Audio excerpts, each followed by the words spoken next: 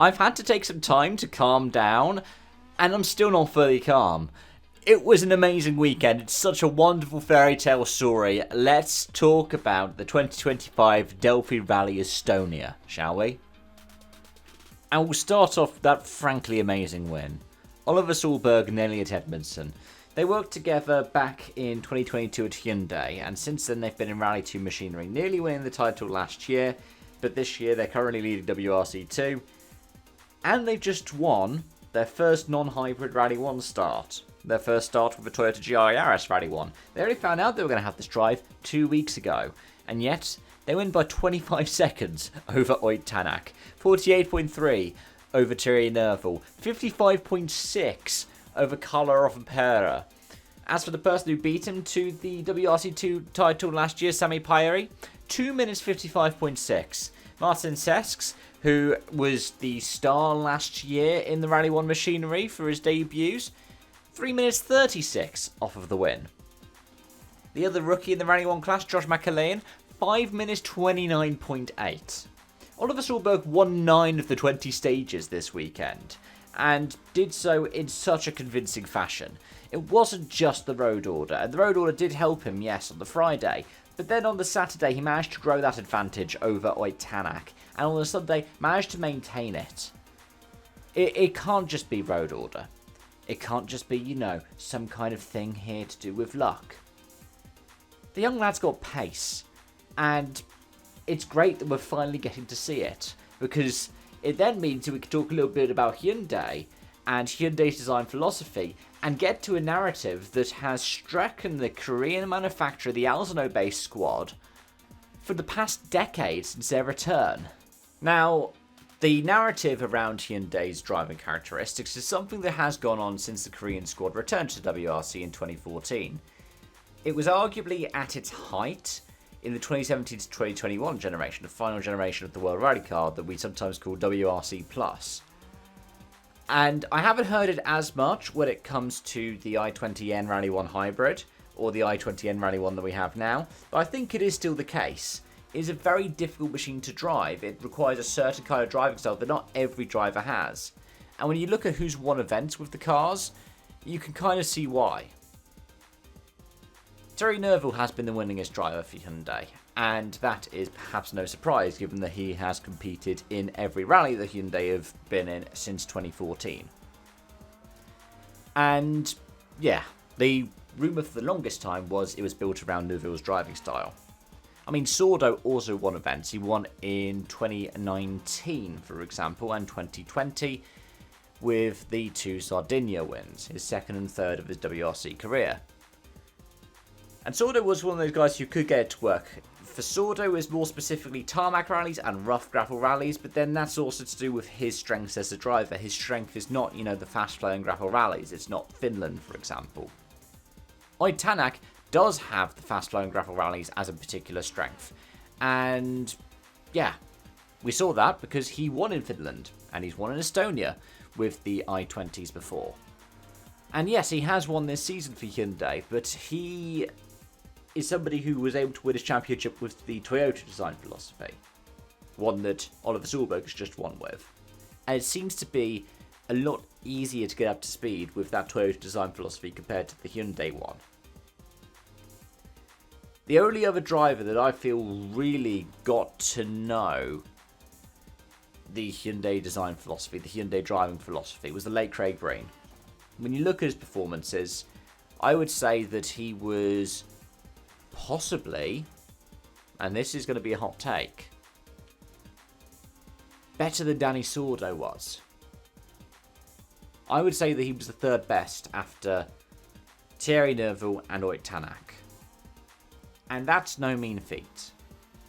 It's not to say that you're a worse driver for not being able to drive the Hyundai driving style. Look at the great drivers who drove those Hyundais and weren't able to be up at the tip top. Double ERC champion Hayden Paddon. You have Andreas Mikkelsen, who's been a vice champion. And you have the greatest rally driver of all time, Sebastian Loeb, who was not able to make it work for himself either. I think his best performance was, 2 podiums wasn't it? Third place in Chile and a third place in Turkey. I think that was Loeb's best performances with a Hyundai i20 Coupe. So, it's not so much that, the Toyota is the best car out there. It is that it seems to be one that you can just adapt to. People have been making Loeb comparisons to Solberg this weekend, saying, oh, Loeb didn't change the car at Monty 2022, Solberg didn't make a car setup change all weekend. It just shows that he's a confident driver, and it shows that Toyota is great at getting up to speed with. And I would say that is what let Solberg down when he was a Hyundai. Elsewhere, let's talk WRC2, shall we? And it's a quite nice top 10, quite a balanced top 10 at the end of it all as well. It was some bad luck for some drivers, Chatuka Kolpanen, who ended up being the last classified driver, I believe, 12th in WRC2. But the class was won by Robert Vervej ahead of Jörg Linnemar, a 180 compared to what happened last year, though last year we had a soaking wet mud bath power stage that I think had a 20-second swing in it. So Vervej gets his revenge for 2024. Linnemar gets second, Rupa Korhonen gets third place, and it is impressive to see how he can perform well on the Hankook shod Yaris in the WRC2 and the MRF shod Yaris in the ERC. He is a consistent and dependable driver. Elsewhere, Mika Häkkilä got 4th place. Just a minute off of the win was Ronne Jørgensen, and that's probably his best performance in his WRC2 campaign this year. I would love to see more funding getting behind Jørgensen, the Rally Star graduate, because it's one of those great narratives to have, right? Going from video game to JWRC champion on his first attempt to WRC2. And a top 5 is really nice. We'll get to the standings in a moment, but that is really nice for him. With the top 10 being rounded out by Yalawi Yuna, Yuki Yamamoto, which is really good. I believe he's the only person, I think Hikaru Kaguri has left the program, right? The Next Generation GR program. So I think he's the only person in that generation of young Japanese talent at the moment. Managed to get 7th ahead of Yusuf Ralph Nugin, who won this time last year in a Clio in the Rally 3 class. Diego Ruiloba in 9th, and then Bernard Ten Brink gets 10th place. Good job. In WRC3, and you do feel for Timur Karamowski, the young Pole who has won, twice in the ERC this season in ERC3, was leading quite comfortably when a bad landing in Otepa, second run, ended up forcing him out of the event with damage to his Fiesta Rally 3 Evo. But, out of all of that, Takumi Matsushita, the next generation of Japanese talent, the one behind Yamashita, has ended up picking up a win in WRC3 with the Clio. With Madison Mackie alongside, Ville Madison Mackie that is. Ahead of Jejo Bonda, Andre Martinez, Shitaro Goto, who is the compatriot of Matsushita and also has been part of the same generation of Gazoo Racing's new generation drivers. And then Arthur Pellemorg, who had been competitive earlier this season. With Goto and Pellemorg having to super rally, it's impressive by Matsushita. He wins by 7.5 minutes over Bonda. Yes, I guess Abramovsky was the star of the show in terms of pace, but in order to finish first, you must first finish. And so you can't take those plaudits away from Takumi Matsushita. Now, in terms of the championship standings, perhaps I did speak too soon after Safari when I said it was Evans' championship to lose. He's only gotten 1 podium since then, and that was at the following round in Rally Las Canarias. From there, he got 9 points in Portugal, he got 15 points in Sardinia, got 17 points on the Acropolis, gets 11 points here in Estonia. He loses the championship lead to Oyt Tanak. Oyt Tanak is now in the lead of the World Rally Championship by a single point. Hyundai are back up at the top of the drivers' standings for the first time this year. Well done. Well done. On a weekend where they didn't win, they still ended up being the top 2 manufacturer entries because Oliver Solberg was not entered for manufacturer's points for Toyota. And what it means is Evans holds 20 points over Seb Ogier, who will be back for Finland, will be trying to get his third win in the Gravel Grand Prix, but is still 3 points himself clear of Cardinal from Pera, who himself is 24 points clear of Thierry Neuville. Neuville has got some good points on the board now, but he is 48 points behind Oyt Tanak.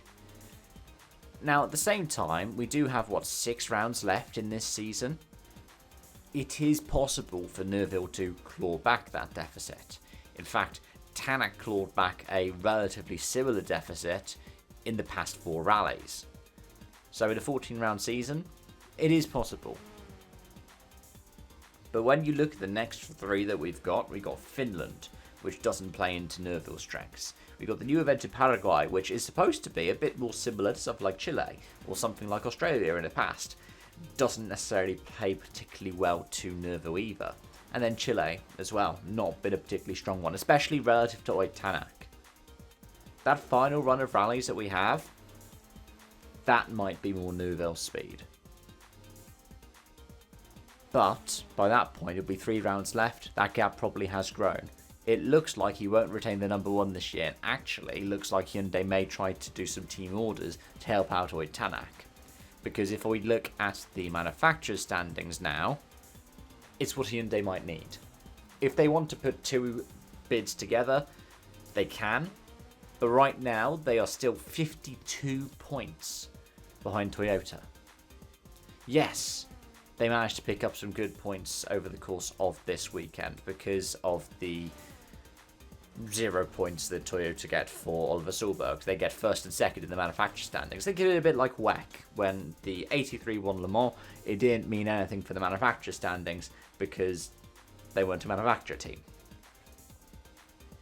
But yeah, it's probably best for Hyundai to focus on getting Oyt Tanak the drivers. And Cyril Abita will then have got 2 world championships, neither of them the manufacturers ones, whilst Andrea Adamo never got a drivers championship, but got 2 consecutive manufacturers championships. I think that's Hyundai's best strategy. Put Tanak up front, let Tanak work towards a drivers championship bid, and pick up manufacturer stuff along the way and hope that you're doing enough as well. Because the only other thing they could do is actually pull the trigger and enter a 4th I-20 Rally 1. Because it's not Formo's fault. It's not really the fault of any of their drivers. The car has been hampered by developments. I mean, throughout its entire life cycle, it was the last Rally 1 to get running. Oliver Solberg had to retire from the first rally of the Rally 1 hybrid era because of smoke entering the cockpit. That is not good. We haven't seen any other issues like that in the Rally 1 era. And we saw that in the very first rally for Hyundai.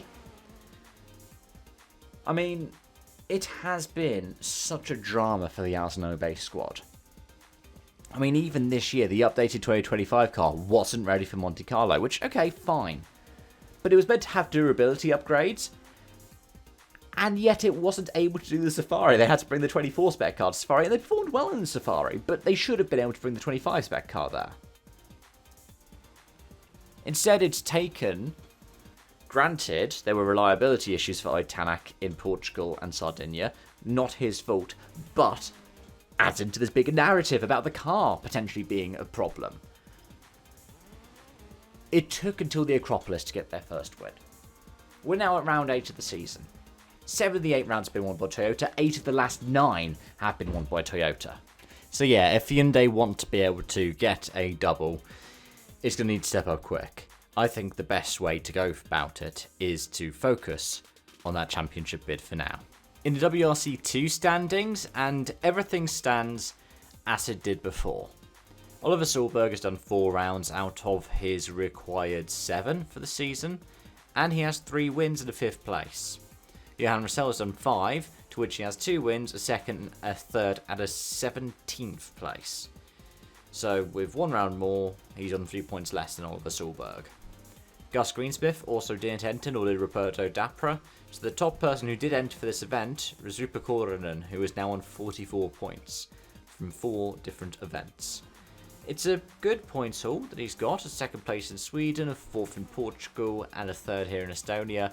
But the non-score in Sardinia is what's going to be hampering him the most. If he can string together wins in the other 3, he could put together a nice challenge at the end of this. But I think that his priority this year, I think it should be the ERC instead. Likewise, poor Nikolai Grajin. I haven't spoken about him. This is his second point scoring event of the season.